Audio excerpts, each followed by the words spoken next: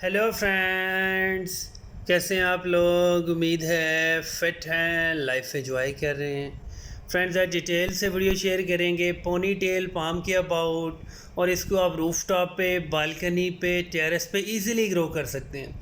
बहुत ही hard plant है, heat plant है, फुल डे सनलाइट में स्पेशली रूफ टॉप पे मई जून जुलाई में इजीली टॉलरेट करता है। लो मेंटेनेंस प्लांट है, सिर्फ और सिर्फ आप इसे मिट्टी के गमलों में ग्रो करें। इसको एलिफेंट फूड भी कहते हैं, और ये बड़े साइज़ का प्लांट बनता है, लेकिन इसकी ग्रोथ बहुत ज़्यादा स्लो होती है। इसको पोनी टेल पाम इसलिए कहते हैं, अगर इसके जो ऊपर के लीव्स हैं आप उसको इस तरह मुट्ठी में भरें तो बिल्कुल ये पोनी की तरह होता है। जैसे छोटी लड़कियां पोनी करते हैं अपने बालों के अंदर, बिल्कुल वैसा ही ये स्टाइल बनता है। उस वजह से इसको पोनी टेल पाम भी कहते हैं।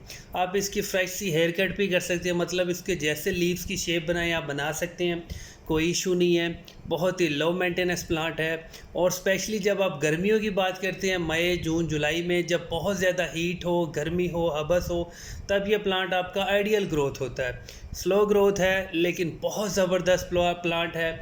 और जो सबसे इंटरेस्टिंग चीज़, आप इसको इंडोर भी ग्रो कर सकते हैं, लेकिन इंडोर ऐसा होना चाहिए जहाँ पे थोड़ी सी गर्मी, थोड़ी सी हबस होनी चाहिए।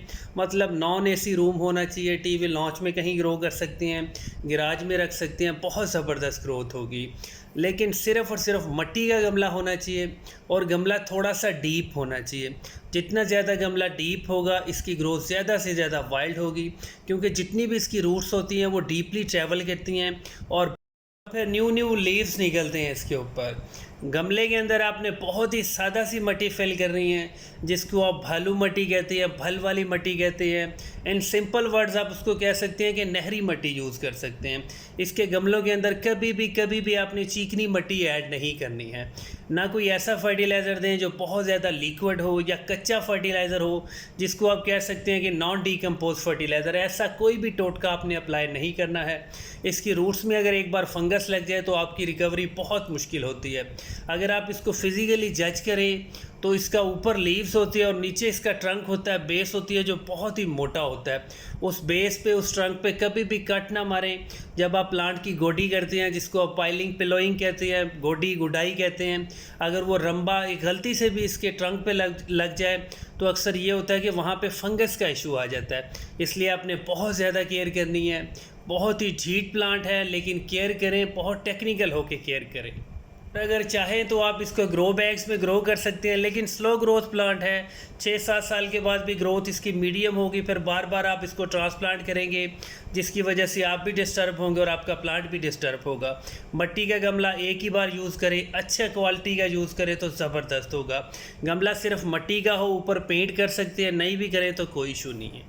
और अगर आप इसको सीड से ग्रो करना चाह रहे हैं तो ये बहुत इजीली सीड से ग्रो हो जाता है, लेकिन अगर आप इसका सीड लगाते हैं तो जाके वो 4-5-6 महीनों के बाद जर्मिनेट होता है।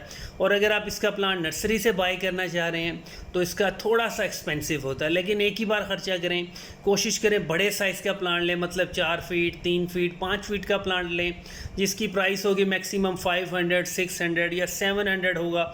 अगर बहुत बड़े साइज़ का होगा तो 1000 का होगा, लेकिन कोशिश करें बड़े से बड़े साइज़ का प्लांट लें, क्योंकि इतने साइज़ का प्लांट होने में भी ये 2-3-4 साल लगा देता है। इसलिए आपको फिर बहुत ज़्यादा वेट करना पड़ेगा। ये जो आपको मोटा मोटा सा इसका बेस ट्रंक नज़र आ रहा है, ये इसका होता है बेसिकली बेस होती है। यहाँ पे कोई भी कट मत लगाएं। इसको पानी बहुत ही कम दें। गमले की मिट्टी थोड़ी सी ड्राई रखें। अगर 2-4 दिन के बाद पानी देते हैं तो बहुत ज़्यादा पानी कभी भी मत दें। गमले की मिट्टी को थोड़ा ड्राई, थोड़ा मॉइस्ट रखें। ओवरऑल बहुत ही लो मेंटेनेंस प्लांट है आपका।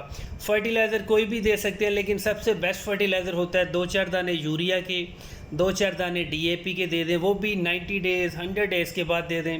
आपका प्लांट अच्छे से परफेक्ट ग्रो करेगा, और ये बहुत बड़े साइज़ का प्लांट बन जाता है। अगर इसको आप लान में, क्यारी में कहीं एडजस्ट करते हैं तो ये बहुत बड़े साइज़ का प्लांट क्रिएट होगा।